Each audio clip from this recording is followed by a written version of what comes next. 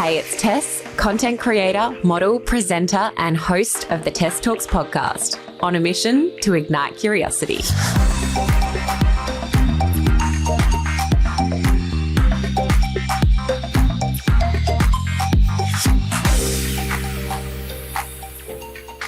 Hey guys, welcome back to another episode of Tess Talks.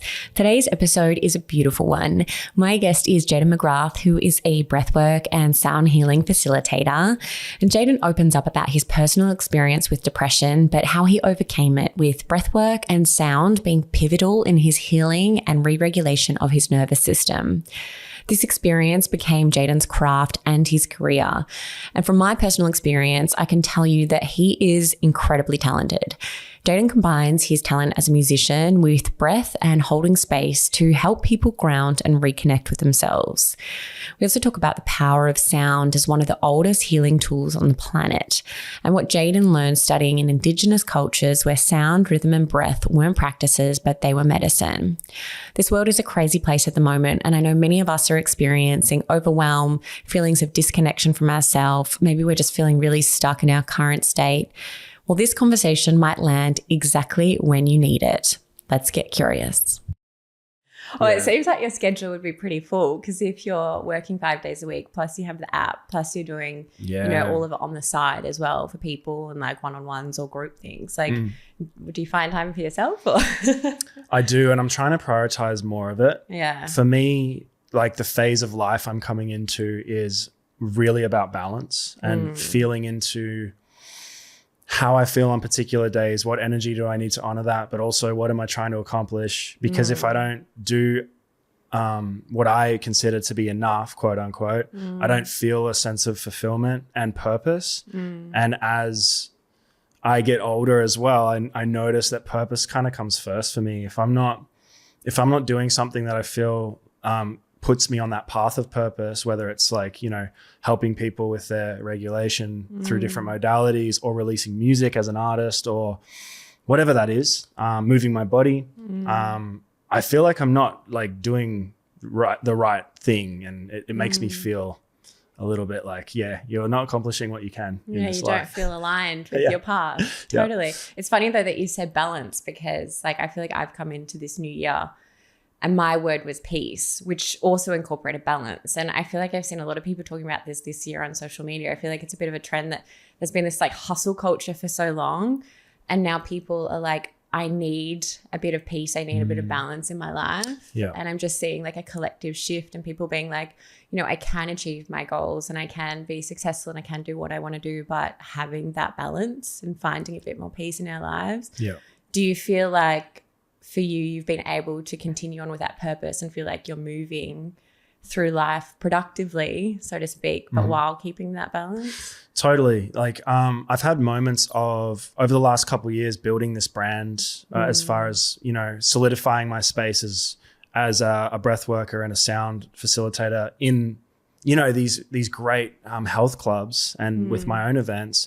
There have been moments where I've completely lost it and I'm working too much and I'm burning out for sure. It's a lot of energy. And I come from 10 years of being an electrician, working ridiculous hours, maybe 8 hours if you're lucky, but looking more like 10 to 12, 5 to 6 days a week. Towards the end of that, I started my awareness of balance by doing 3 to 4 days electrical. I just kind of said to my bosses one day, I didn't think it was going to be possible, but I was like, I'm at the point, I need to work 3 days a week, take it or leave it. And they were like, well, we'll take it because we value you, Great. Love that. That was the first point in my life where I was like, oh, I can like state what I need and what I want and have autonomy over my life. Yeah. More than we think we do sometimes. Yeah. And it felt great, But yeah, I think recently as well, just feeling into like, with my time off, how do I treat it? Am I falling into, Netflix and sort of disconnecting in that way, which actually I provide a little bit of time every week to do so, because I think that's very nice, in moderation. Or, am I sort of like bettering myself by practicing what I preach and meditating and diving into breathing and calming my nervous system? Yeah. Because I feel like my biggest thing has been high stress like my whole life. And that's what led me into this path as well. So I need to be aware of that stress and make sure that it's being regulated. So what was the first point that got you curious into sound and breath work, I guess almost as medicine? Yeah.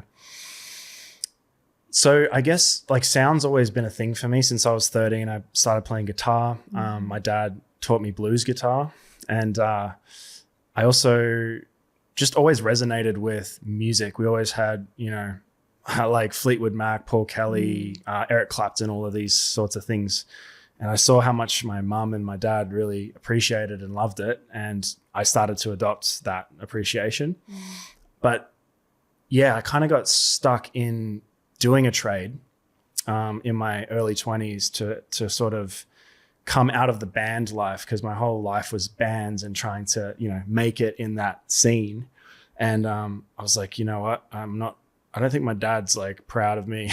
Like I knew he was, because he always supported the band stuff, but I was like, I think he would be, you know, he would feel safer if I had something with substance that was giving me actual money. A lot of people can relate to that feeling, or that pressure almost. Yep. So I got stuck into that, and it just brought me into severe anxiety and depression. Yeah, I would say for a few years there, I was really not like good. I wasn't good. And if I look back, it was kind of scary. You know, it's like I wasn't good to the point where I wasn't appreciating life. And, you know, so a friend of mine grabbed me and said, I'm going to Thailand to help teach a training. You should come. And I just started yoga like maybe 6 months prior to that. I said, what kind of training is it? She says, it was labeled as chakra yoga. I was like, okay, interesting. So I ended up in Thailand, and this guy, Dave, he's this Canadian, long beard, in his 60s, been practicing his whole life. It was like out of a scene of a movie. Showed up, and he's developed this space in Koh Phangan, and we spent 3 months there in this training, and it dove pretty much 80% into pranayama, which is breath, the ancient sort of traditions through Indian culture.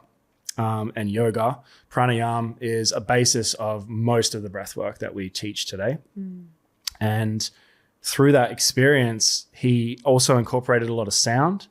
And we were just, every day we were just breathing, meditating, diving into sound, watching videos and movies that, you know, kind of deconstruct society and how it's like leading us astray. Like it was very much like immersive. And some yogis that went there that wanted more asana-based practice were a bit disappointed, but I was in awe. I was like, this is helping me so much. And when I first rocked up there, the first thing we did was a hour-and-a-half holotropic breathwork session, me and him on his deck, because my friend T that took me worded him up and said, hey, he's having a hard time. And Dave's just like, let's breathe. I had never done it before. I went all in because I didn't have fear at the time. I didn't care. And my hands curled up. Everything went numb, and I just kept going and had a profound experience. Yeah. Really? What happened for you? It was just out of body for a moment. And I think that's the beautiful thing about breath. And, you know, the one I'm describing here needs to be treated with respect, and it needs to be done with a facilitator that knows what they're doing. And probably I would say like twice a year max, because there's a massive integrative piece after that. But this particular breath brought me into a psychedelic sort of state where I was going back in time and having visions of like my dad saying no, or like, and my dad didn't say no a lot, like just kind of strange moments in my life that maybe imprinted what you would call trauma. You know, I think I've had a pretty good childhood. I wouldn't say it was overly hard. I had hard moments, but everyone's trauma is relative to their story. So it's like my trauma was relative to me, and it came up through that session, and just, it kind of gave me a new perspective where I was, I don't know, I was just kind of refreshed in a moment where I've touched a source of life again that I hadn't felt in a while. And I was like, oh, I'm not controlled by my thoughts. I'm actually purer than that. And I've been developed into this person that I'm not. And it just blew my mind. Yeah. Was that your first ever kind of aha moment to there's something else that is out there that we can kind of connect to? Yeah. that's different from the distraction of everyday life? I would say that's the first moment I had that I could really comprehend in that way and feel the love of it, you know. When you're young and you're drinking and you dabble in, you know, certain things, sometimes it goes bad, and that's, you know, that's a whole nother story. But it's amazing that even through breath, you can connect to those type of psychedelic states so naturally through the chemicals in your brain that start releasing just through going inwards. Yep.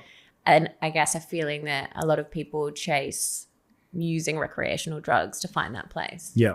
100%. And that's, I think, my biggest mission, and coming back to my purpose, is sharing the knowledge for people, because I'm not like actually doing anything for anyone. I'm basically guiding people to take the power back for themselves, to understand that it just takes a little bit of awareness and stillness to cultivate what you want within your nervous system. And I think that is the building block for how the rest of life kind of unfolds for us. Like if we're always stressed or whatever, it's like, how do you ever, you know, manifest or think positively or all of these things? It's like you're literally stuck in this roller coaster of just, I get up, I go to this job, I probably don't like my job, I'm overworked and underpaid, and it just continues to happen every day, and I accept it because this is life and life sucks. It's life sucks. The end. No. Yeah. It's funny though, because a lot of people that I've interviewed and even people that I've just spoken to who have transitioned into more of a like wellness type of career have often all started out being in a corporate or labor type role and have just felt really unsatisfied. And it's like our society pushes us into those paths because they're seen as the credible job types. And it almost takes for, unfortunately, a big kind of life event or experiencing something like depression or anxiety that sends you into this like deep moment of low to actually get yourself out of there and then find, I guess, confidence in there can be another path, and it doesn't have to, quote unquote, fit the mainstream narrative. And I do think the mainstream narrative is changing and shifting, and this is becoming a lot more normalized. But it's interesting that it's a very common thing, and also the pressure from parents or those around us being like, oh, what are you going to study at uni? What are you going to do? You know, what's a safe, secure job?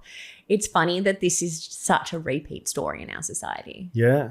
Yeah. And I think it's like the depth of lived experience. And like, you know, everyone around me, my closest people are those that can sort of put that perspective into play without really experiencing and feeling into and understanding the low points in our life. We don't actually give credit to the high points either. It's just this constant stable line. So it's like owning things that aren't okay for you, and owning the patterns that we create that bring us like guilt and shame and things like this too from our past. Like that's a massive thing for me to just like step into trying to understand more about how I can be present and be in a space that I want to be in. And growing up, you know, for me in Alice Springs was one of those things. It was like, it's a different energy. I'm so glad I started there because it gave me a sense of nature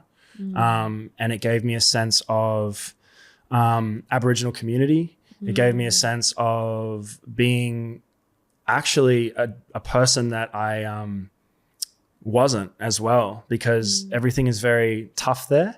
And there's a lot of dense energy, but you have to be like that there. Otherwise you don't survive. You get, you know, picked on or put down. So there was this exterior I had to like shave off when I got to Melbourne, and I was like, oh, like people aren't like that everywhere. And I can kind of let that go and start to shed. And it took a decade. How did that affect you when you were young?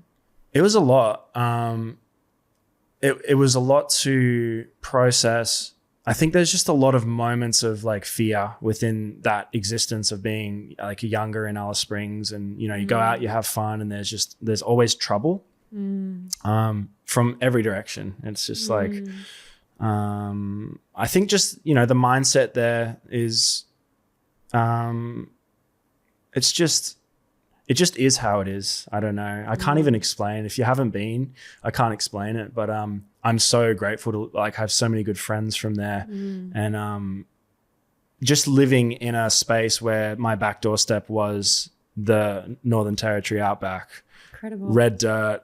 It was incredible. Yeah, I had this old kangaroo that used to come and lie in our yard every day. He was bigger than me.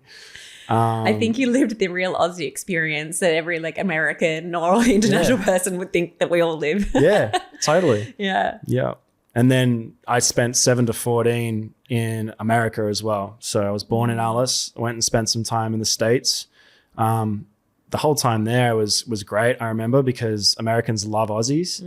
So I was like, it was very easy for me to slip in. Yeah.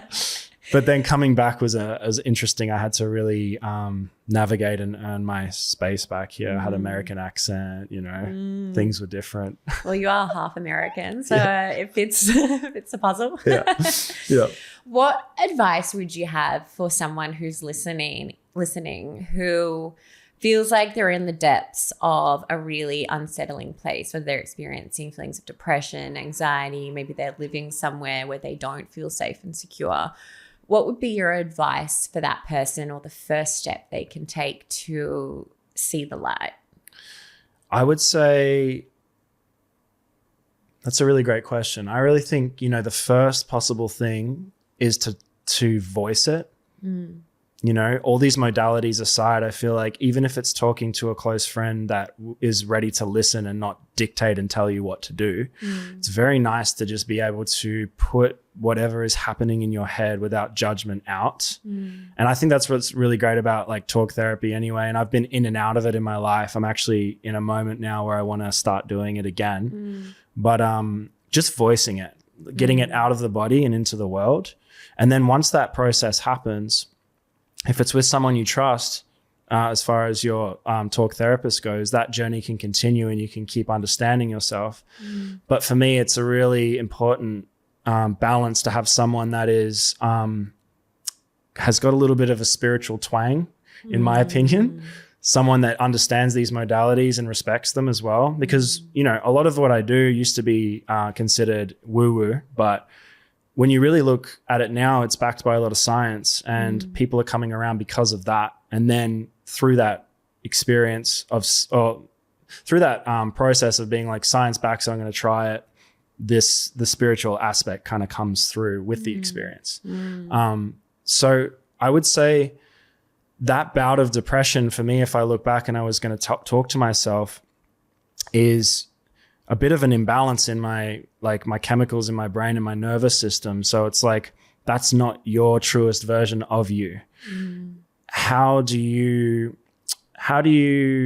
get yourself back into the truest version? And I think it's through these modalities, we start to understand that we have different aspects of ourselves that make us who we are. And our mind, unfortunately, in this society is taking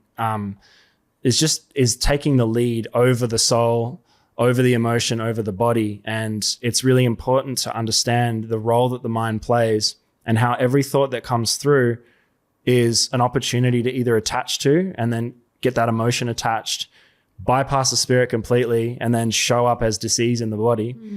Or it's, that shadow aspect is there for all of us. We always get something in the mind that comes through that gives us, anxiety or like sadness, but it's not us, right? It's I think a lot of philosophies actually come back to the mind being an illusion completely, but we have realities too. We're in society and we're getting by every day. So I guess to condense that, I would just say, start to practice coming back to yourself, whether that's through meditation or that's through sound or breath. Find a space where you can practice something that takes you out of the thinking mind for a moment. Yeah, because that thinking mind is also attached to that sympathetic nervous state. So we're always just like, it's like running a car without changing the oil for years, right? And then when we stop and we change the oil for a second, we remember. And it's a remembering. It's not something you haven't ever known, because when we were kids, you have a kid, it's like they're just like pure little balls. Like they don't have you know, anything coming through them from experience yet. And then the more that they accumulate and experience, and the little things that happen shape them into, you know, us, like what we're doing now. And it's like this journey of remembering. I love also that you said like labeling it and not letting yourself identify with it. I remember someone once saying to me, like, never say I am depressed. Say to yourself, I am feeling or experiencing sensations of depression, because that is a really normal part of the human experience. Yeah. It's the normal part of the ebbs and flows of life, and we're all going to experience feelings of that at some point. And I think that helps to kind of separate yourself from the weight that it can feel when you may be clinically depressed or diagnosed with anxiety or whatever. I think language and how we look at it is really, really important. It's everything, right? Like the way that we speak to ourselves, especially, is the building block for everything that unfolds around us. So affirmations for me are huge, and I drop them in my classes all the time.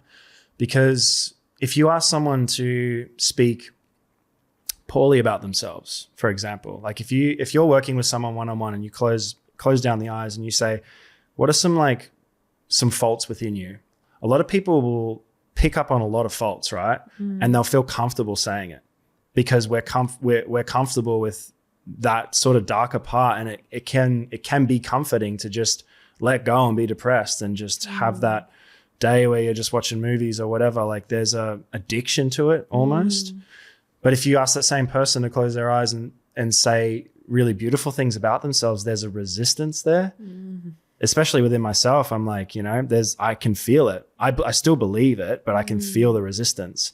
So it's like affirmations for me, especially running from energies of love and gratitude, is it's my biggest sort of mission, is to every single day come back to love and gratitude, even with the challenging moments and, you know, the hard conversations. It's like, I'm okay, I'm enough, I'm loved, I'm capable, I am doing my best. All of these like beautiful things you can feel instantly, just like this weight come off, you know, because that shadow is working its hardest every single day to be recognized. And when you grab onto it, it loves it and it'll just keep going. And it's up to you to be like, you know, whether you want to say, like, I'm not religious, you know, but it's like that's like a demonic entity within you that is there every single day, and it's winning if you don't start to allow yourself to recognize it and acknowledge it and just let it be there, because you can't like control your thoughts, but you can control your attachment to them. And it's just like, okay, that doesn't feel nice. Yeah. It's funny how the human mind is so conditioned to latch onto the negative. You're right. Like it's so much easier to speak negative thoughts than it is to speak positive thoughts, especially about ourselves. Yeah. Like it's so strange that our bodies and our minds, is that a society thing? Like where do you think that comes from? Is that a physiological thing? Yeah. I mean, I think it all comes from, you know, and you've got, I don't know, you've got friends as well. Like well, I've kind of dropped a lot of them, but friends you catch up with and they just, it's just constant bicker. There's nothing positive in this conversation. It is just like, and you often find that it relates back to the way that they feel about themselves. Totally. But then you leave and your energy feels so drained. Yeah. Yeah, it's a lot. And I think in so many aspects of life, we've had our power taken from us, the way that it's shifted and shaped. You know, we're not like in community as much.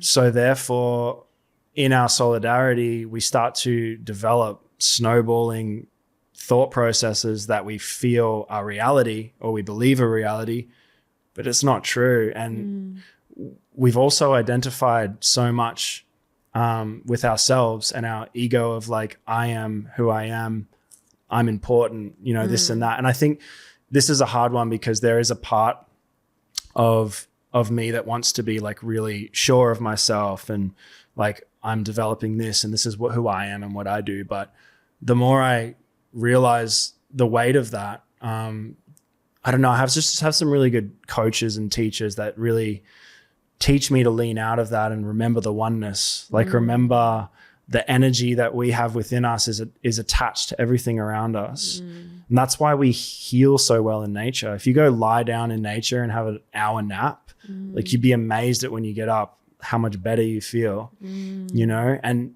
that comes into humans as well, and animals and plants.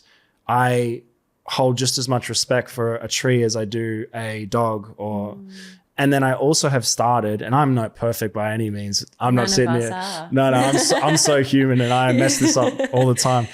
But just to see the humanness in everyone that you're talking to, and to understand as well if there's sticky conversations, that they're just human and they're still part of you. They still resonate on the same frequency. And this, I know it's like really cliche, but just like if we could all come back to that love and that energy, I feel like it would just do so much good in the world, because we're so identified with ourselves. It's so true. And even having that empathy for people, even if they're not acting in a way that maybe you would want them to. Yep. Everyone is walking their own experience, and we don't know what other people are experiencing or going through.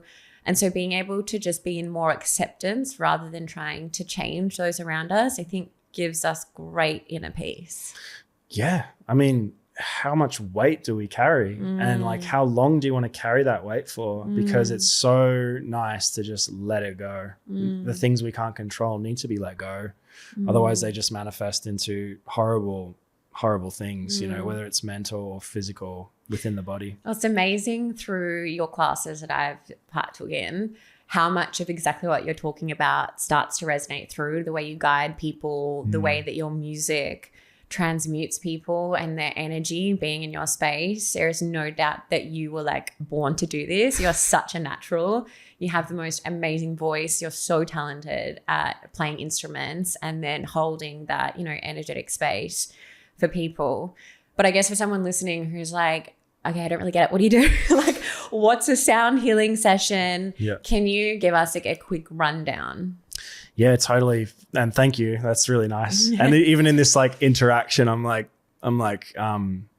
just trying to take that, you know, just be like, yeah, I just instantly want to be like, oh, no. But it's like, cool. Thanks. All right, cool. Nothing good. I know we all do it, don't we? I appreciate that. Thank you. You got to take it all. Yeah. All the compliments. Yeah. So my sessions are a little less traditional. Everything within sound I like to think of as it being based in traditional cultures.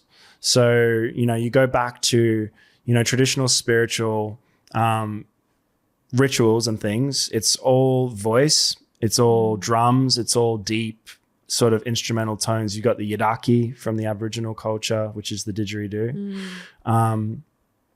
So when we expose ourselves to frequencies that are like 40 to 100 hertz, so deeper sort of drone experiences, that's really grounding energy, and that's really good for burnout and depression and all of these sorts of things.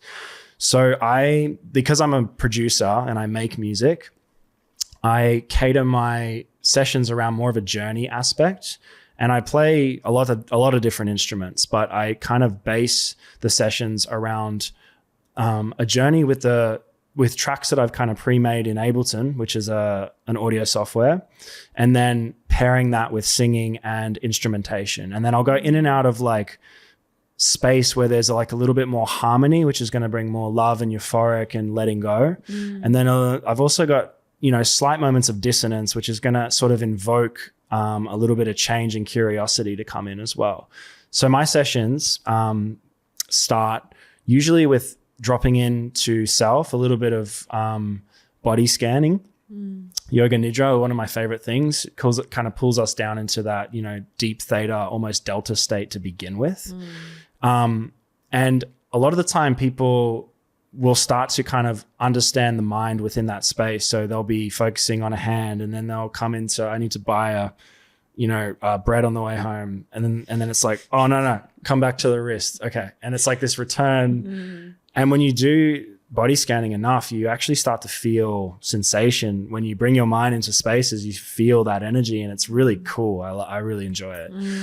Once you let the body go, we move into gentle breathing. So we can talk more about breath work later, but everything in my sound journeys and a lot of my breath lately is actually really down regulating slow nasal breathing, because that stimulates the vagus nerve and that brings us deeper into the parasympathetic. So once we're in that state, we have permission to just let go, and we have permission to relax and actually recharge for a moment.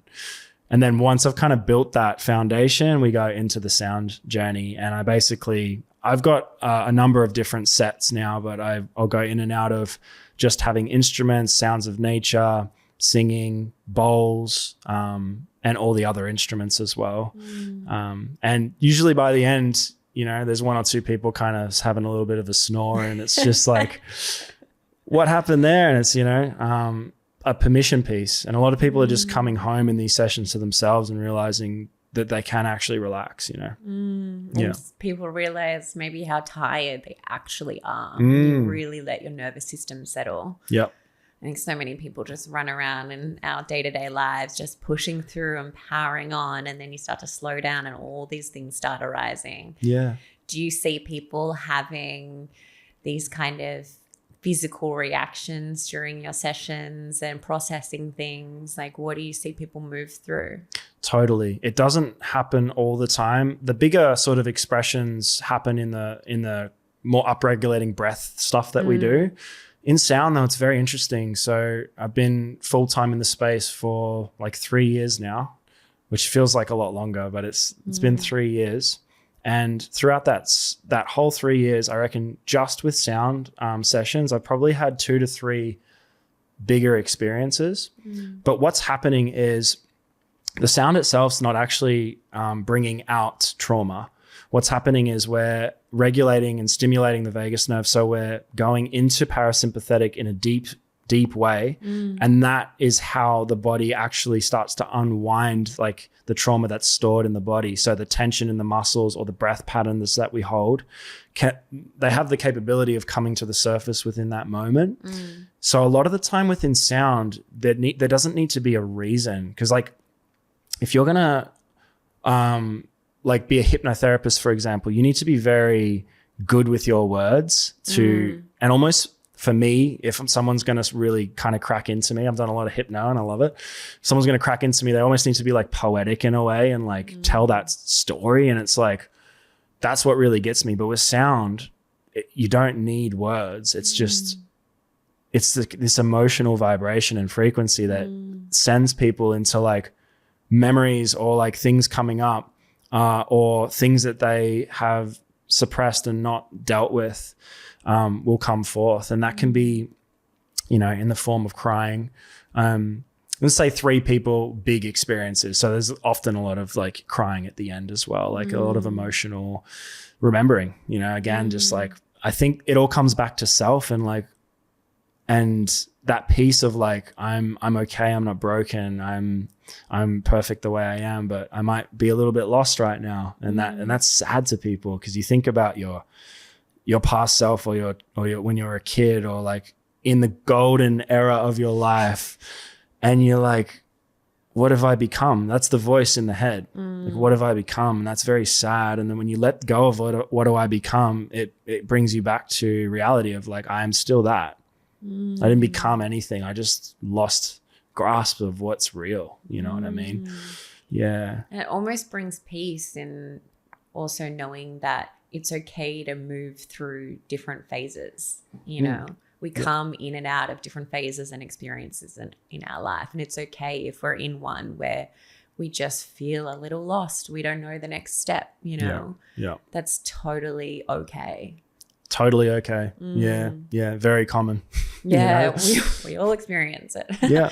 What are some of the other, I guess, frequencies or hertz that relate to or can improve different things that we're experiencing? Yeah. So like when you start to climb up, it gets more into like heartfelt, like 528 hertz, for example. And I'm really bad at like remembering. I've got a chart in front of my studio and I kind of play off all of that stuff. But things like 528 are more like heart opening, expanding, and connection. And then you can't keep climbing up. Solfeggio style is actually a really good place to kind of play with. But what I would say is that you don't want to if you're in like constantly tired and burning out and stuff, you don't want to push those connective frequencies too much. Oh, really? Yeah. You want to focus more on the lower grounding frequencies. Oh, interesting. Yeah. Because that's going to give you a space to actually recover. Whereas if you're kind of heading up towards the higher, but it all works on multiples as well. So if you find like lower things, 40 to 100, and then you multiply up, it's going to be similar, but not as effective, because the deeper the tone, the more it's going to penetrate. At the same time, right? Frequency itself from live instrumentation close to the body is going to give you most of the benefits of sound healing. But if you're at home, unless you've got a really good speaker system, even if you do, it's not going to give you quite as much. And then if you're in headphones, frequency by themselves aren't doing anything for you. Oh, really? Yeah. So it doesn't like transmute through headphones? It's not going to. So if you're using headphones, you're better off using things like binaural beats. Oh, yeah. So binaural beats are actually channeled to triggering the brain itself to go into deeper states. So while like frequency music might be calming in your headphones and it might help you, you know, it might help, like it's probably still going to help you. And I'm not like scientist, right? But I'm going off, you know, studies and actually the way that the body receives frequency. It's got to be from, so if you like have for example, a gong and you hit a gong and with someone, that's going through the biofield of the body and the body itself.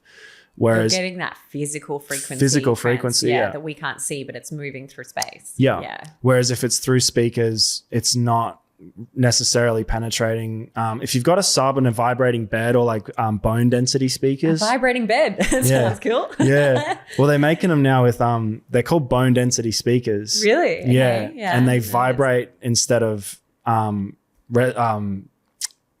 push out sound, they vibrate at different frequencies. So you can have these experiences where, have you been to Pyramids of Chi in Bali? No. Oh man. What's that? Oh, it's like, it's the best sound bath experience you'll ever do. You lie on a waterbed in one of the pyramids and it's got the speakers underneath it and then surround speakers, and it's a live performance. And then they've also got the ajna light, which is, it blinks at different rates. Oh my God. And what happens with that, it's one color, but then your brain starts to make geometric, all the patterns with different colors. So you start to see them. Yeah, it's like psychedelic. You're like, I've heard about this. Really cool. It's like, have you seen those pods that are like now those like healing pods, and you go in and there's light, there's sound, and other things, and you go in and I tested one of those out. Have you? Yeah. Where'd you do that? In Bali as well. Bali, yeah, very cool. Yeah, very, very cool. Did you feel like effects from it? Definitely. I mean, you feel that surrender and that you get that space. All of these things for me is like about that moment, whether it's like a nanosecond or 10 minutes or 30 minutes. Like the more you do it, the more you can drop, I guess, depending on the day. Every day is different. But it's all about that space of being completely present, or just having no worries and no stresses, and that's when, and then all of a sudden you're like and you're like, where am I? I'm back. Yeah. Do you think with like the power of sound alone, or sound as medicine, that you can really process trauma and do a lot of therapy? Yeah, look, I really like to step back and look at all of it as tools, right? And all the tools are leading us back to that regulation of the autonomic nervous system. And that's the main key here. So it's like, what resonates with you the most? Because some people come to sound and they're like, that was amazing, but I was so caught up in the story of what you were playing and things. And like, I opened my eyes and I'm like, that's awesome. And I love that journey aspect, but it obviously wasn't the right moment for them to just experience it to do what it was meant to do. Yeah. And that's why standard just crystal bowl sound baths can be really beautiful as well. It's just because it's just tones going through and you're just like, whoa, and then you sink off into that. But I love what sound does, and even just hearing a song from your childhood, right, as well, and all of a sudden you have this like, oh my God, feeling, and you might start crying, or I just feel like it's such a beautiful expression as a humans, like to come across it, and now for it to be at this level. I think in the next 5 to 10 years, sound rooms and frequency rooms and things like that will be at the forefront of healing, because breathwork's hard. Like there's a big work element to breathwork. It's like you need to really push into it, and you need to create time and be very regimented as far as like, I'm going to, you know, if I'm trying to calm my nervous system, I'm going to do box breath, or, you know, extend my exhales like for 5 minutes a day, 3 times a day, morning, lunch, dinner. Like that over time can allow us to be more in touch with that.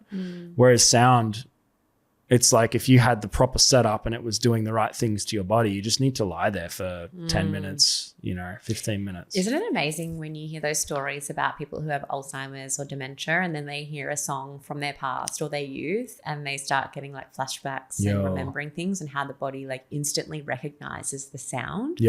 I feel like just that in itself proves that like sound holds so much power. So much power. So much power. And then for me as well, experiencing a lot of time in community, going up and spending time in Arnhem Land with traditional culture as well, like that brought me back to this space where when I was listening to the songs in ceremony, I was just like, I couldn't believe it was so emotional, so tribal. I'm also a metalhead. I love metal music. So I go both ways. But I used to be in metal bands and things.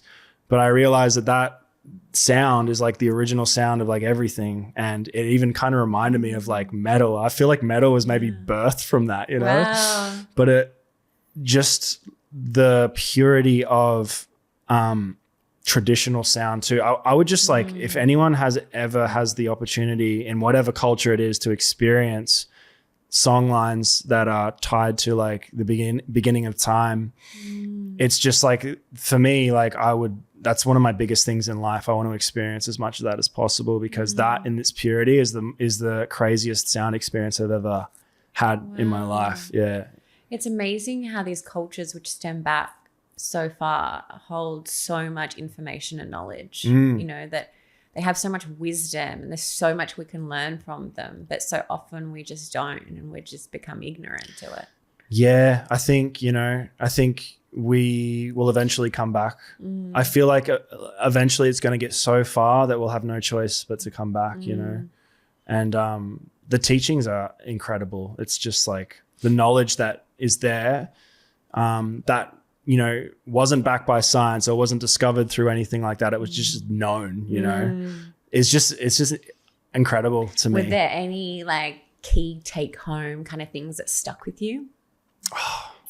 Might be hard to pinpoint one. Obviously sound is.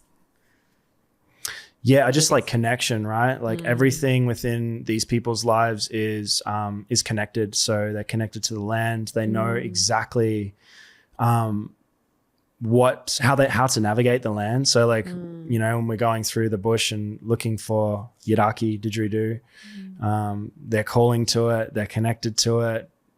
They know how to navigate and how to like make their way back. Like I got lost once in there because he's like, can you carry this back to the car and then come back? I was like, yeah, bro. And I'm like halfway back and I look around, this bush is just like hectic and there's all these big spiders everywhere. And I'm just like, oh my God. I might be out of my depth here.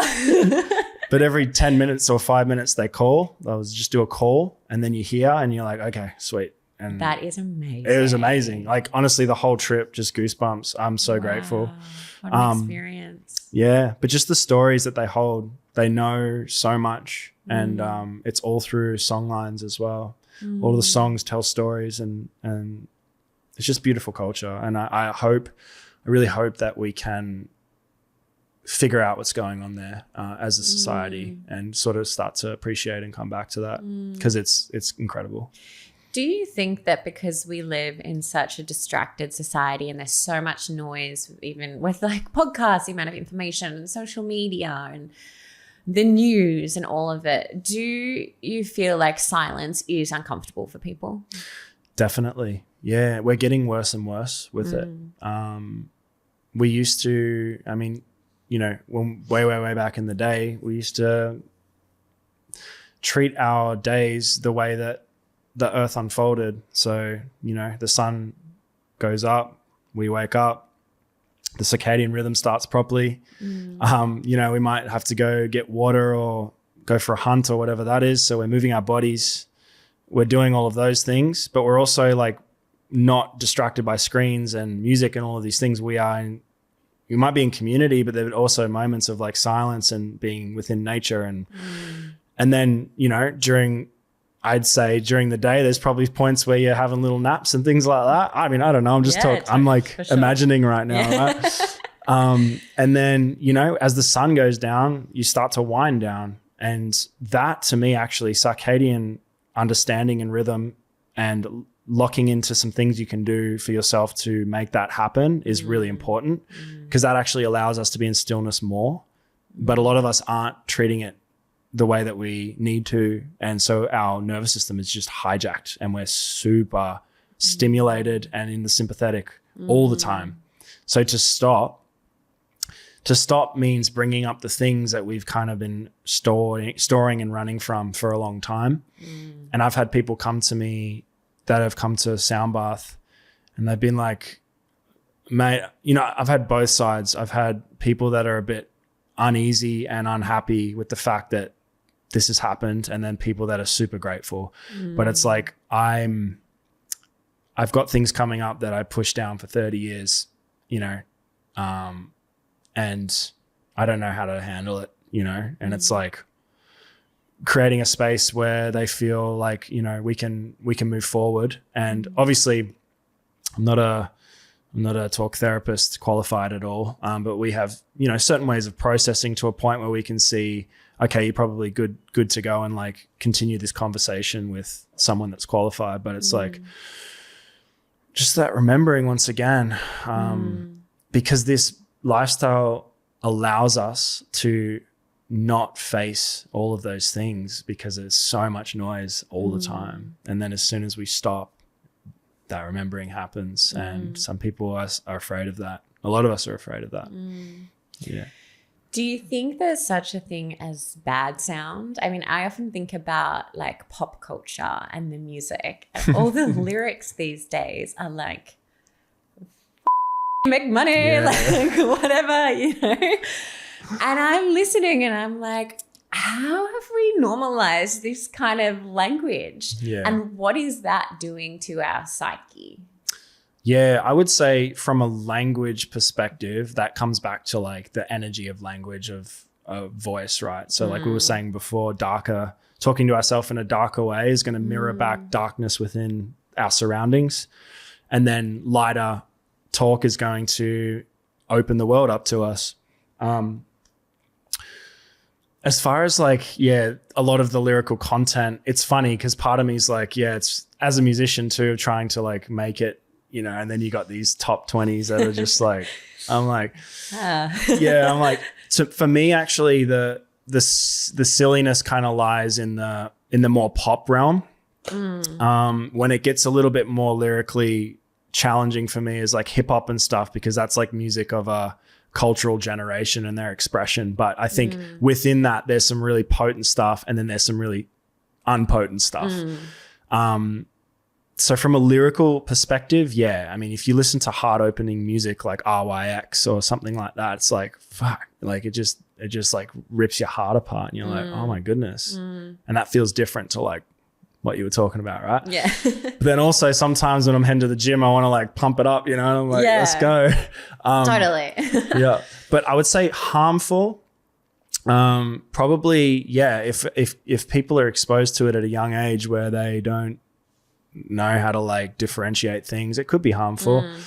From a musical perspective, harmful. If we're talking like Sound Bath and things like that, there's particular like harshness that can be harmful because we're trying to regulate, right? We're trying to make everything smooth and soft and flowy. And if there's like, for example, if you were lying there and, you know, all of a sudden there was like a high pitch bang or something, that's harmful. That's harmful within that realm. That energetic space. And then the only other thing I would say on that is like choosing the right frequency tones for the mood that you're trying to accomplish too. Because if you just go to binaural beats and you're not aware of like the brain states, like delta, theta, alpha, beta, gamma, and you're listening to gamma and you're trying to ground, that's counterintuitive, you know? So just the knowledge there as well to like, to bring it down if you're trying to come down. And yeah. That's really interesting. I feel like that's a really important note, because I think it can become one of those things that we see online. We're like, great, I need all the frequency healing stuff. And you just start, you know, it's like when you see the supplements online, you're like, great, I need all those 10 supplements because so-and-so is taking it. It's kind of the same thing. Everything I think needs to be considered. Yep. And everything needs to be experienced because everyone is so different.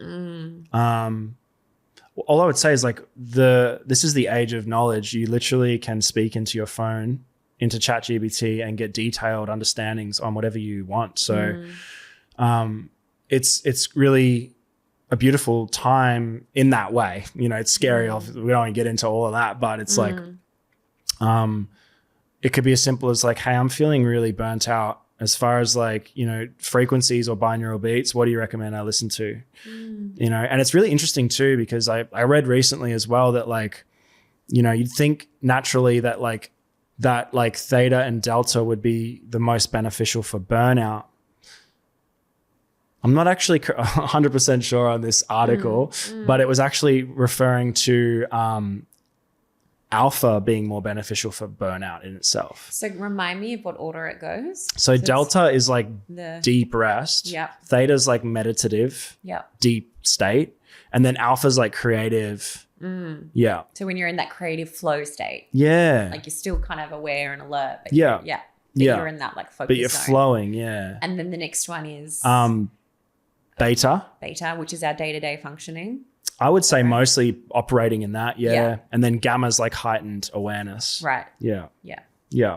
And I think it's really, I think binaurals are cool, like especially from a perspective of producing, because I'm literally all it is a frequency wave in one ear.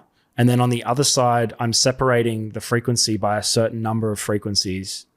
And what that does is it puts the wave on a slightly different axis so that your brain hears this offsetting tone, and then your brain actually creates a third, which is really weird. Oh. And then that's what brings it into a certain state. So like, I don't know all of them off the top of my head, but that shift, and you can cater them around different frequencies. So if I was doing it in 100 hertz, for example, if I shift the second one within 0.5 to 4 hertz from that, that's delta. Oh, wow. Yeah. And then if I shift it from 4 to 8, I think, I'm not, I should have studied this. That's right. Yeah. 4 to 8. That's what the broad. We go into the next one, and then 8 to 12, next one. So it's like the more, the less separation, the more like slow and flowy it is. And then at the more separation, the more it goes. Yeah. Which, So do you think many producers take that into account when they're making music, or no? I mean, if they're into that, for sure. Yeah. It's production's a whole nother like story now. It's like, especially with AI coming in, I feel like there's so many things to cheat the production phase at this point. Even samples, you know, for example, samples are like pre-recorded audio that you can use without having to pay royalties. There's a bunch of it. And I use them now for like kick sounds or snare sounds, or maybe sometimes like a drone or something like that. But you can literally just pull a bunch of them together into a session, and then you've got a song, right? Yeah. Now you can tell AI, I want this song, these are the lyrics in this style for this amount, and it's unreal. It's really? It's like does my head in, actually, because I'm lucky I'm in a niche and I do what I do.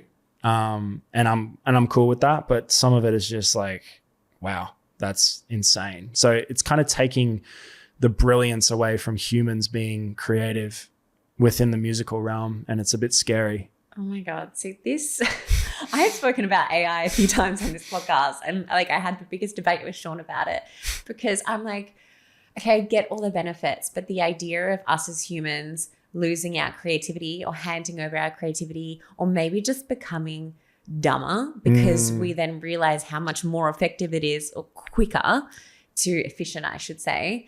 to just jump online and use ChatGPT to get something done. And it becomes addictive. Like I found myself now being like, I won't bother writing that. Like I'll just get chat to do it for me. And I feel like even in the 12 months or however long it's been that we've had it really accessible, I feel like I've seen a decline in my, I wouldn't say my ability, but maybe my desire to write or do as I was. And I just think that over a long term, I don't know how we're going to end up as a society. It does scare me. Yeah, because, you know, like all the greatest people, right, didn't have that, and they had to really dig in and spend the time, and that's where like a lot of the juice came from. Totally. I think Stephen King, for some reason, instantly sitting around drinking and smoking cigarettes and writing as many books as he did, you know what I mean? Yeah. It's just wild, like that people have done that. And now it's just like, why would you do that? So automated. Like it's, why waste 10 years of being creative? Yeah. We can do it now. Yeah. We touched on breathwork earlier in the episode, but your business partner in the app, Jadyen, actually came on in our first season, and we had a wonderful discussion about breathwork. And well, I mean, I want to ask you, why do you think that breath work is so powerful when it is paired with sound in particular? Yeah. Yeah, it's just like that double sort of force that can affect the regulation of the nervous system in two different ways. So when sometimes I'll get like under pressure and like for events, say, for example, if I'm doing a special event for someone, we've only got a window of time, but they show up 20 minutes late, which has happened. It's like, okay, now we don't have an hour, we have 45 minutes. So I'll lean deeper into just doing sound, right? And it's still very profound. But within the hour, if I can lead people in with breath, it just gives that softening and that permission. The body really responds to breath very quickly.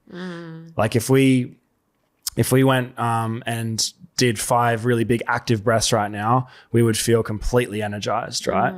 And we'd be like, okay, and that's more of a perspective shift. So upregulating is more of a perspective shift. Whereas if we were to close our eyes right now and do, coherence breath, which is 5 in, 5 out, and we just kind of played that card for 4 to 5 minutes, we would start to soften, and we would start to, once again, understand the connection to the mind as we came back to the numbers every time. It's like a muscle we're strengthening. And then through that breath, with the exhales extending, we're just slowing everything down to a point where it gives permission to for the sound to go deeper. Yeah, it's very powerful. And in a lot of the bigger sessions too, where we do big holotropic sessions, which we don't do often, sound is a great way for integration too.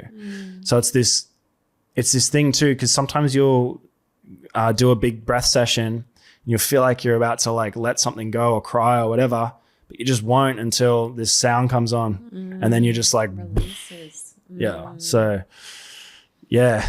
So for someone who's listening, who's like, okay, this sounds amazing, but I don't know if I have access to an amazing sound healing session like this, or I'm a beginner when it comes to breath work, talk us through how people can maybe access this day to day in their life and also utilize your app.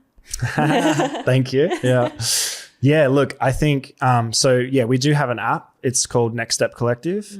And what we've really tried to do is bring reasonable practices to the everyday person. So there's, I think when like certain things collide, there's like a misuse, and I don't want to get too far into that, but I don't think that we need to be doing hour sessions on our phone every night to be in touch with ourselves. So what we've really tried to do is create sessions that are anywhere from 3 minutes. The greatest session, the longest session we have on there is 30, so that people can start to understand the mechanics, drop in, and not feel like they're tired. Because a lot of the time, the motivation within the mind drops completely if it's like it's an hour. It's like, and if you're not being in a room facilitated by someone, it's really easy to just be like, oh, it's not working, or it's too hard, or whatever. Because there is a work component to breath work, right? So within the app, we've generated 4 categories within breath work. And there's a energy category, which is short and sharp. And they're like really Wim Hof style energizing breaths to seize your day and gain perspective. And then we've got perform, which is geared around the work that we do with athletes. So we work with some professional athletes as well. And it's beautiful within that space to educate how we get that, out of an athlete that is super fit, maybe 1 to 2 to 3% more out of them. And that's all to do with the breath. So we are extending exhales and playing with exhale holds to increase CO2 tolerance. What happens there is when our CO2 tolerance becomes greater and greater, when we breathe again, we transfer oxygen at a really high rate into the hemoglobin of the blood cell. But a lot of us, because we're shallow breathers through the mouth every day because we're stressed, we're not actually transferring oxygen very well. So we're actually leading ourselves to a shorter life. We want to breathe slower to live longer. And that's the awareness piece that we're trying to bring as well. All of these controlled energizing breaths and stuff are okay because they're actually trying to raise some of the trauma that's been stored to let that breathing pattern go, because that's what holds us in the breathing pattern when we're unconscious. But things like performance breath, and then that brings us into rest, which is my favorite category, which is just all really gentle, slow, extended exhale breaths.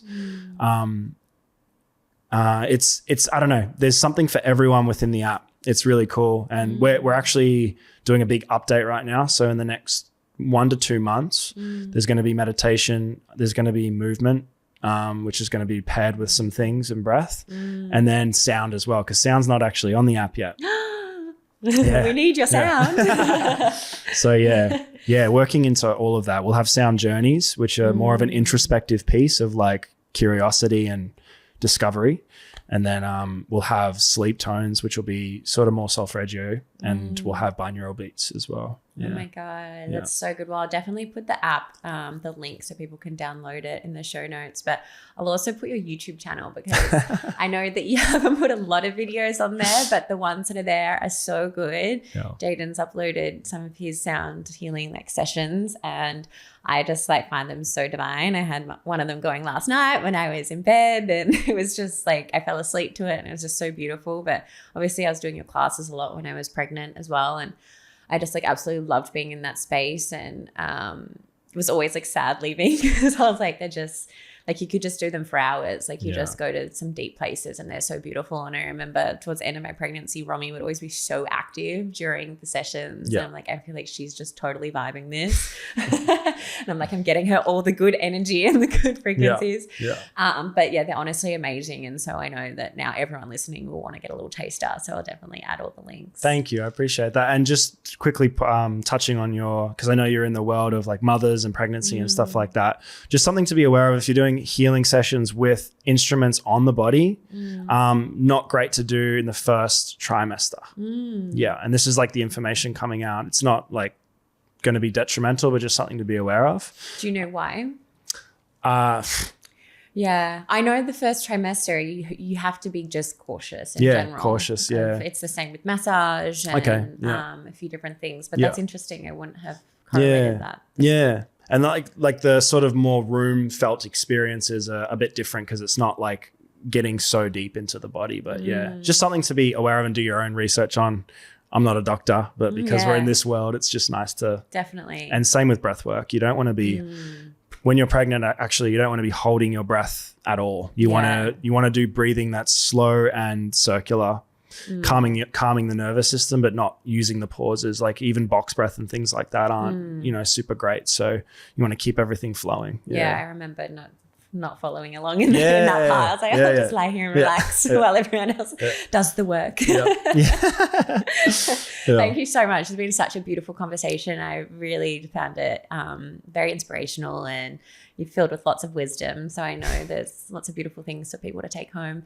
I do love to end my episodes by asking our guests to leave a little verbal entry in the Test Talks diary. Do you have a lasting piece of advice or wisdom that you'd want to leave listeners? I would just say that you are not your thoughts.